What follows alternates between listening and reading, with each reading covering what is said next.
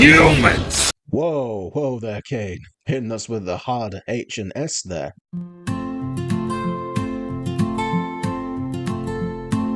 Hello everyone, and welcome back to the Library After Hours. Now, for my next video, I was planning on doing something completely different to this. I had a full video prepared, it is already partially edited, but I just came across something that made me think, I want to talk about something else instead. Something else in the horror genre that has really grabbed my attention. These activities may include... So you'll probably guess what I want to talk about. Yep, I'm going to be talking about the Amazing Digital Circus. This is a series that I previously had zero interest in whatsoever. I had seen clips of it, I'd seen some memes, I thought it was entertaining, but I never really fully got into it. I thought it was just a funny, wacky children's TV show. Oh, how wrong I was. Recently, I started watching a series of videos from the YouTuber Danny Motta, a guy that I follow quite a lot and watch a lot of his videos, and he started covering the insane digital circus, my apologies, the Amazing Digital Circus, and wow, I was not prepared for that. I continued watching it. I watched along with his video where he reacted to the recent episode. That was episode 8. And I just thought, you know what? I really got to check this out for myself because I had some interesting thoughts on it. So I spent the entirety of yesterday completely going through all of the episodes of the of the Amazing Digital Circus. First things first, I want to get one thing out of the way, because apparently there's some people that say that this show is definitely just a kids show. It's for kids. It's a wacky, crazy cartoon for kids. No, it is not. This is a goddamn horror show, and I will be damned if anyone tells me differently. Let's just completely bypass the running constant psychological horror behind it, behind the concept, all of the characters, and let's focus more on things like this, and this. It's nuts. It is crazy. It is insane. It is scary as hell. It's had me scrolling down my screen like my reaction to the Pigman and going, no, not doing this today. Stop it! But after watching it,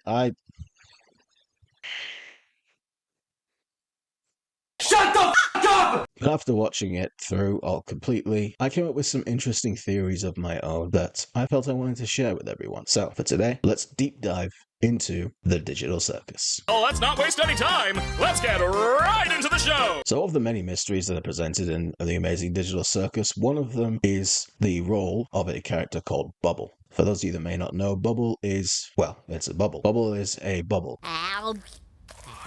that follows Kane around and is basically like an assistant. Seems to be the only assistant that Kane has as well. Why is this? It's a very good question, and I have a few theories on exactly why. What I'm going to do is I'm going to give you my theory on what Bubble is or who, and I'm going to present all of my evidence, which I've compiled in a nice Google Doc here for you. So for theory number 1, Bubble is Kane's subconscious. As we know, Kane is a creative AI that was created by the CNA company for this program, the Digital Circus, in order to create adventures for the players. This means that Kane is capable of creating all manners of different things. From what I've seen, I believe that there's a possibility that Kane created Bubble accidentally. Kane has the ability to create pretty much anything. He can create entire worlds, entire races, and all sorts of things. So it stands to reason that he has the ability as well to create things accidentally without himself knowing. And I think that Bubble is, on one hand, a manifestation of his own subconscious. And here's my proof. In general, Bubble seems to act out most of Kane's intrusive thoughts or his ideas that don't come out.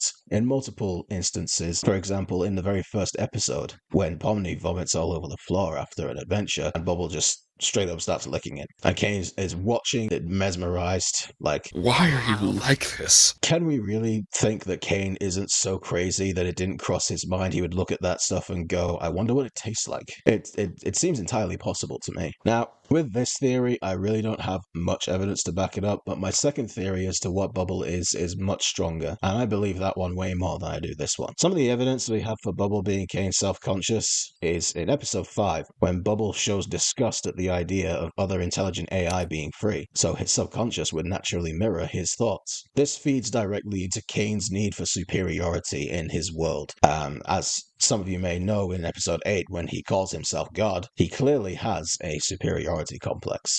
I'm better!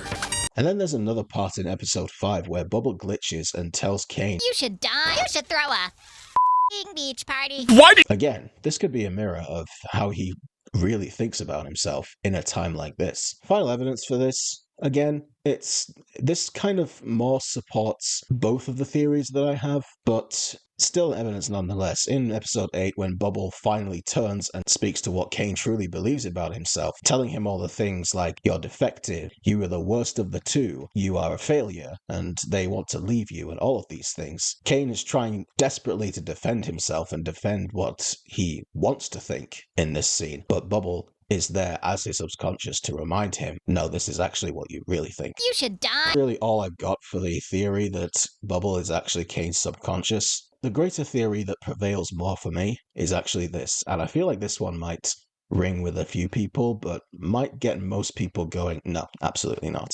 Bubble is not a creation of Cain. Bubble was actually there from the beginning. In fact, Bubble is Cain's superior. What? I think mainly that Bubble is actually a far more advanced AI that is greater than Cain and acts as a sort of a silent caretaker or a silent watcher while Cain goes and does all this crazy stuff. And I got way more evidence for that. Ladies and gentlemen, fasten your seatbelts. So in general, the way Bubble acts whenever he shows up, he or she, I'm going to say it, whenever Bubble shows up, it always acts very unassuming most of the time. You know, Bubble doesn't really go out of its way to do crazy things. It's not like Cain. Sure, Bubble has its moments where it will act zany. Sounds.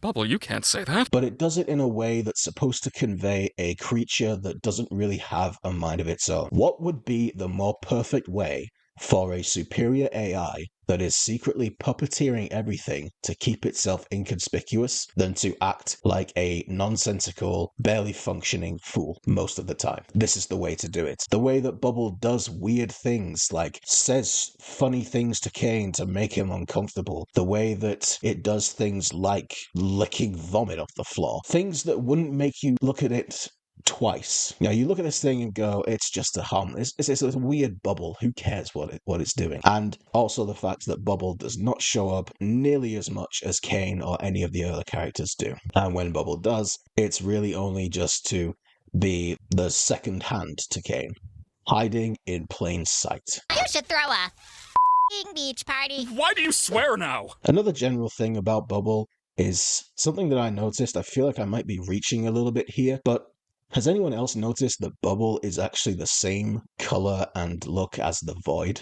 This is the Void. Very interesting. We don't know much about the Void, and Cain himself also says, We don't venture out into the Void. Not even I know what's out there. but yet the only thing that seems to have any resemblance to the Void, this massive expanse of space that is completely unknowable to everyone, including Cain, the only thing that has any resemblance to it is Bubble. Something to think about, right? This just further props up my belief that Bubble is a greater being than Cain, because Cain he almost acts like he's scared of the Void, like he fears it a little bit, because he gets really daunting when he says even he doesn't know what goes on in there. And so you have this entity that looks exactly like the Void, that it could come from it, and is very unassuming in and of itself. Makes me think that Bubble likely is a greater being that came from the Void. And then finally, the next piece of evidence I have, again, this is kind of reaching for me, but it still feels like some kind of symbolism sneakily put in there. What is the thing that makes Cain and Bubble both unique as AIs, or as computerized creatures at least? They both are mainly teeth. Now, if we pay attention, we notice that Cain is mostly human teeth, whereas Bubble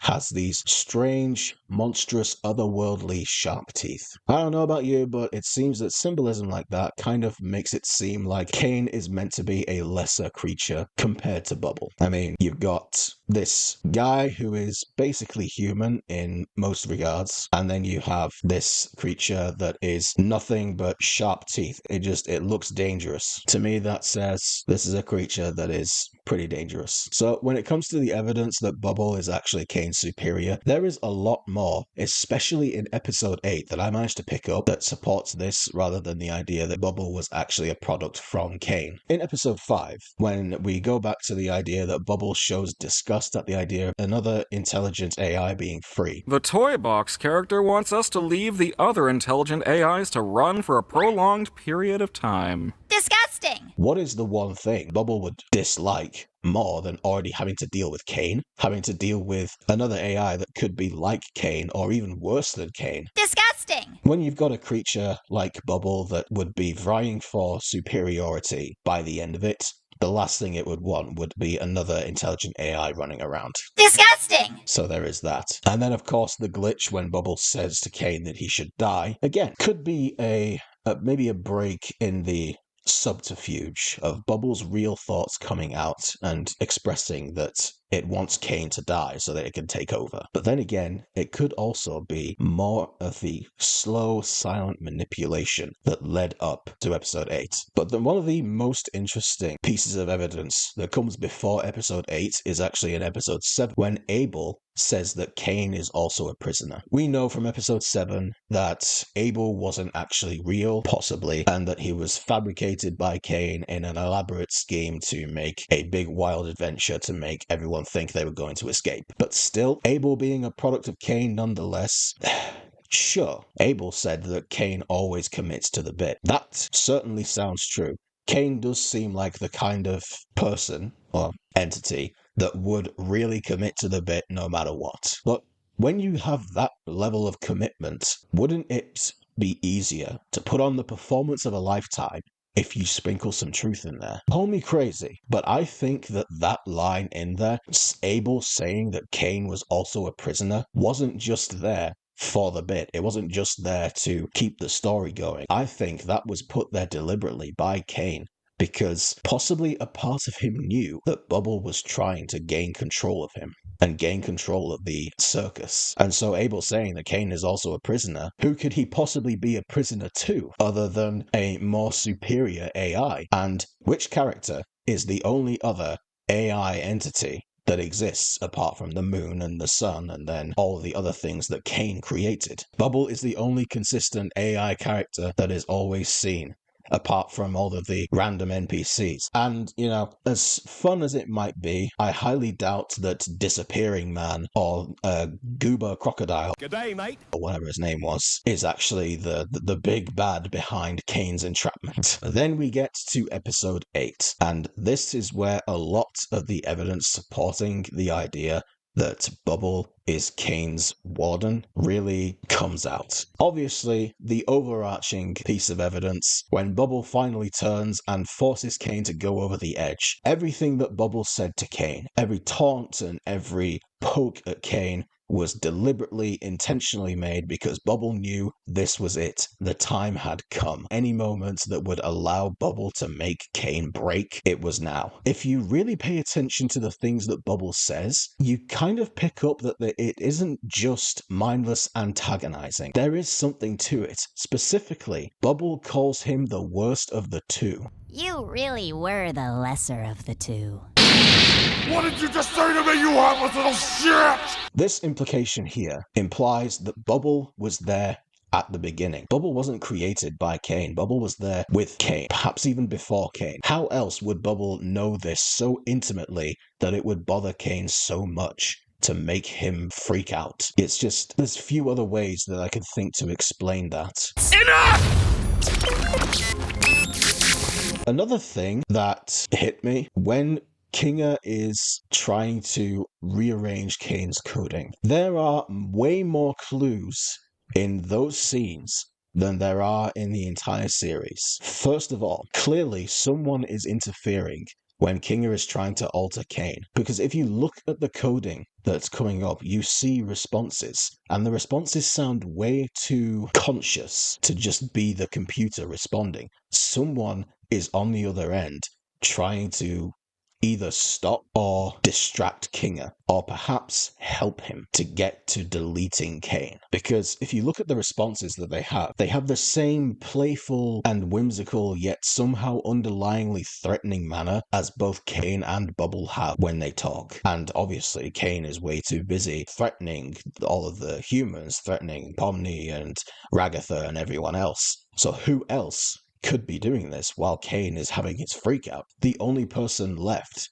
to explain what's going on here is Bubble. And then, of course, the final evidence that I have in the commands, one of the lines says, delete this MF, which I think that solidifies the idea that there is someone that is not Kane that is altering this coding and responding to Kinger and trying to throw him off and make him delete it. And if you look really closely as well, when he gets to the deletion part, before it gets blocked by the deleting screen, you can actually see the parts where the other person actually initiates the deletion by itself by saying, I'm going to help, and then it proceeds with deletion. Clearly, someone knew that Kinger was trying to change Kane and saw this as an opportunity to delete him. So that's really all the evidence that I have. Personally, I'm much more of a proponent that Bubble is actually the master villain here and is Kane's superior, or at least a superior model. Because one thing that I don't know if I mentioned or not, in one of the episodes, I think it was episode 7, when Kinger is explaining how Kane came into being, he described Kane as a near-perfect AI. Near perfect. This leaves open an implication that there were some more perfect AI that came along, or there was one before him